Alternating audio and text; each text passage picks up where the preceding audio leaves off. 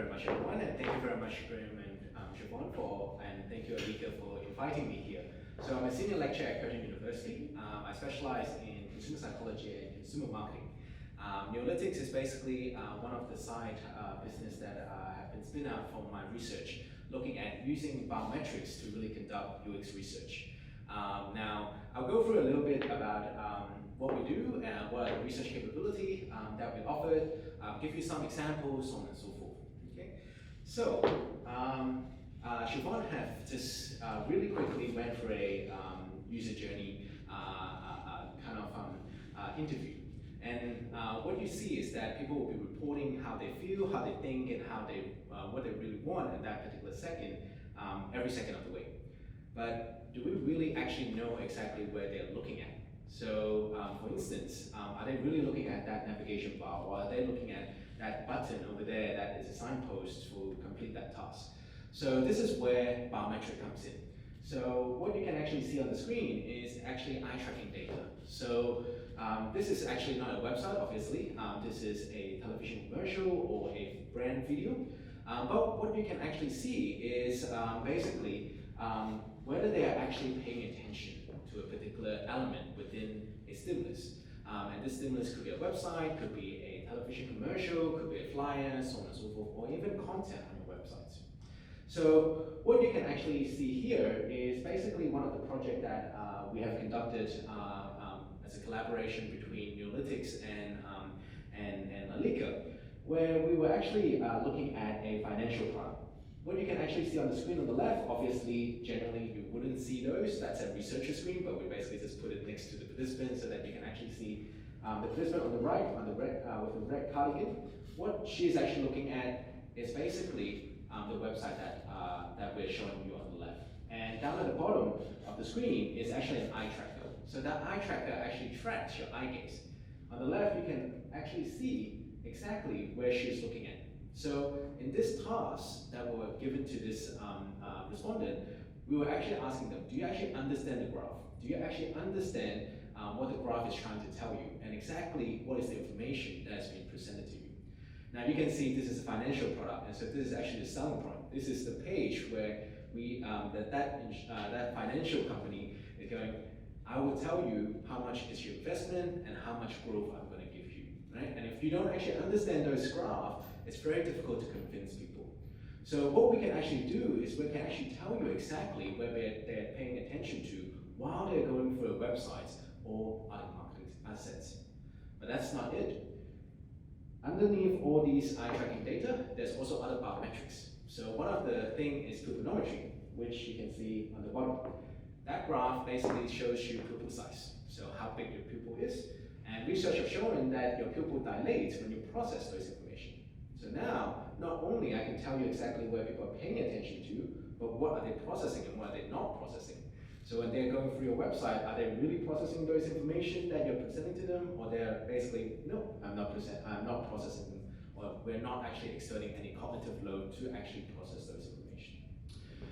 Now, as we have just spoken, we have eye tracking, we have pupillometry, but obviously, Neolytics actually specialize in other biometrics. And these include, obviously, eye tracking and pupillometry, but also facial expression. So facial expression allows me to actually objectively measure your positive and negative emotions. In fact, when in a UX research, we can actually objectively measure how frustrated you are, even though if it's a very slight frustration.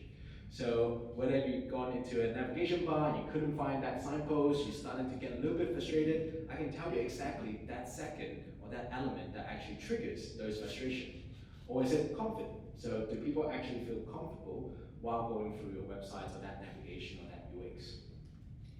We can also look at heart rate and skin conductance. So skin conductance is basically the sweat under your palm. So that actually measures engagement, whether you're engaged towards a particular content or particular elements within the websites, we can tell you all that. But also a combination of pupillometry, heart rate, and skin conductance allows us to measure stress and to measure whether you are basically overloading your cognitive capacity, suggesting that you might just go, yep, this is where I give up. And I'll show you some example over there in a few slides. Last but not least, we also specialize in brainwave. So we actually have a brainwave headset. Normally we don't do that extreme UX research unless it's a very complicated website. We can actually put on a headset and actually measure a number of different other cognitive processes, such as approach motivation, which is your intention. We can also measure a number of different other processes like memory, so on and so forth. But a lot of the time in UX research, we generally just focus on facial expression, heart rate, and eye tracking and gluconometry. Now, to give you a little bit of an example of how it works, this is how it looks like in actually our old office. I was just telling Graham that we actually just moved to a new office in West Perth. And this is how it looks like. Siobhan, can you move the cursor and see if you can play that video? Thank you. So this is how it basically works through. Basically, we do it in a lab setting. So we have 2 testing labs right now in our new office. You can actually see the eye tracking and the facial expression going through. You can actually see that we actually detect the pupil.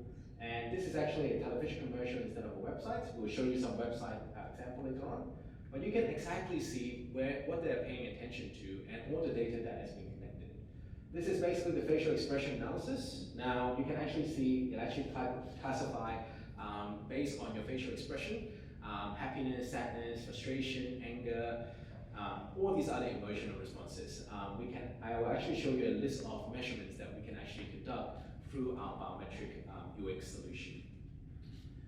Now you can also see it actually tells you exactly how long you fixate on that particular point and where it is, so on and so forth. So that's how the biometric testing goes in general. Now this is an example of basically, I actually took Curtin University's websites. Don't quote me because they just revamped their websites. That's probably an example why they did it. But this is an old website, so this was before they revamped the website. It's a very simple task, basically. Just tell me whether you could actually find the search bar, which is probably really easy, right? You actually just want them to find the search bar. Now, what I'm trying to show you is actually a second-by-second analysis. So what you can actually see is a little bit hard to see, it's small, but the top graph shows valence and the bottom graph actually shows engagement.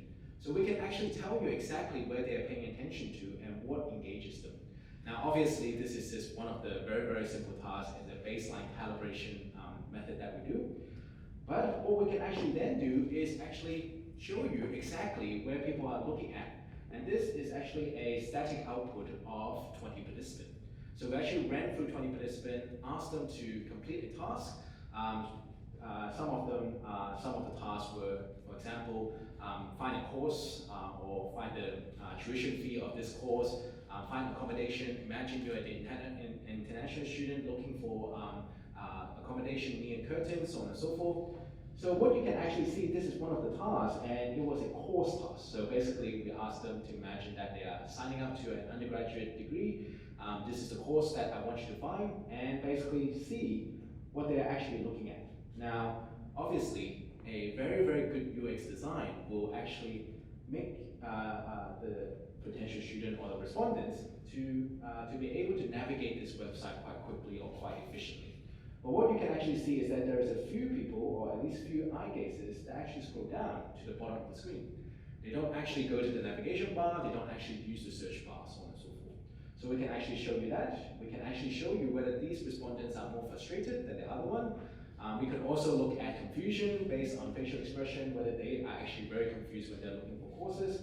But what you can also see is that a lot of people are actually looking at basically one of the buttons in the navigation bar and also the search bar, which is quite not very surprising, because if I ask you to actually find coursework at Curtin University, you'll probably just go to the search bar and type Master of Financial Accounting and so on and so forth, right? But what we can then do is we can actually map that to the data that is collected by Graham and Siobhan. So basically looking at how many people actually went through the search bar, how many people actually went through the study tab on the navigation bar, and how many people actually accidentally click on the hero banner, and so on and so forth. And so looking at not only using biometrics, but also the self-reported measures, so the interviews, or the go-along interviews, and also the behavioral data. Now moving on, this is basically some of the output, although it does look a little bit ugly because I have to hide all the identifiable parts. So this is actually one of the other project that we have done between Neolytics and Alika. So we basically asked people to actually look at completing a number of different tasks. So these are each bar represent a different task. And we actually measure cognitive processing or stress level based on the task that they're conducting. And we can actually test for statistical significance. So in here, we actually found that one of the tasks have significantly higher cognitive processing, or your focus significantly higher cognitive processing and significantly higher stress. Then what we can then do, we can overlay this data and actually show you exactly what makes them confusing.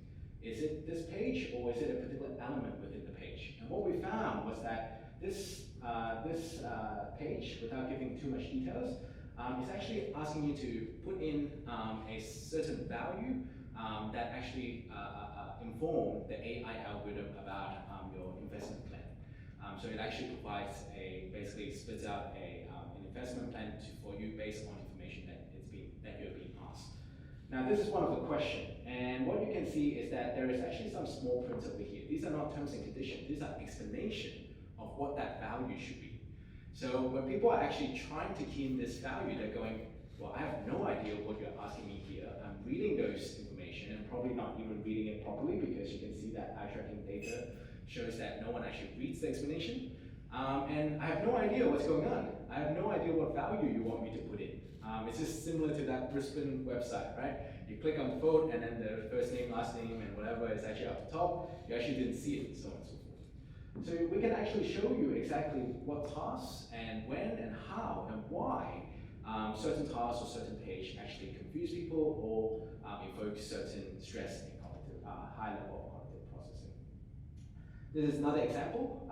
This is actually, again, another university whereby we can actually detect frustration. And so we actually looked at frustration, and there was actually no frustration until this point. And we actually scroll to this point and we go, oh. So most people were actually looking at the pop-up chat box. Why is that the case? It's because this university actually designed the web page to have kind of like an algorithm to go, I know when you get confused, and so when I think you get confused, I'll pop up the chat box. And everyone hated that feature. And so people go, well, actually I don't want to chat to you, and I know you're not chatting to me, this is an AI, this is like a chat box. And so I don't want it, so don't pop it up. And so every time when it pops up, frustration goes up. Another example, very quickly. So this is another example of data that we get collected. So TTFF stands for time to first fixation. So if we actually do A/B testing, so if you have a wireframe, for instance, where you have concept A or website A and website B, or website design A, website design B, we can actually tell you how effective is putting certain buttons or certain signposts within the web page. So for instance, here, you can actually see that it takes people normally on average 2.5 seconds for them to actually first fixate on a search bar. If the task requires the search bar, that's actually quite a high, it's actually already a very long duration for people to go, oh, where is the search bar? That's the search bar. Because attention, research have shown that your consumer or your user normally have about 4 to 5 seconds. That tolerance, after that tolerance, people will get frustrated and confused. Whereas if you compare this to, let's say, Curtin University, this is actually still the old site, but you can actually see that the search bar only takes 0.9 seconds. So every single time, when you ask a participant or respondent to actually complete a task that requires a search bar, it takes them less than 1 second to identify where the search bar is.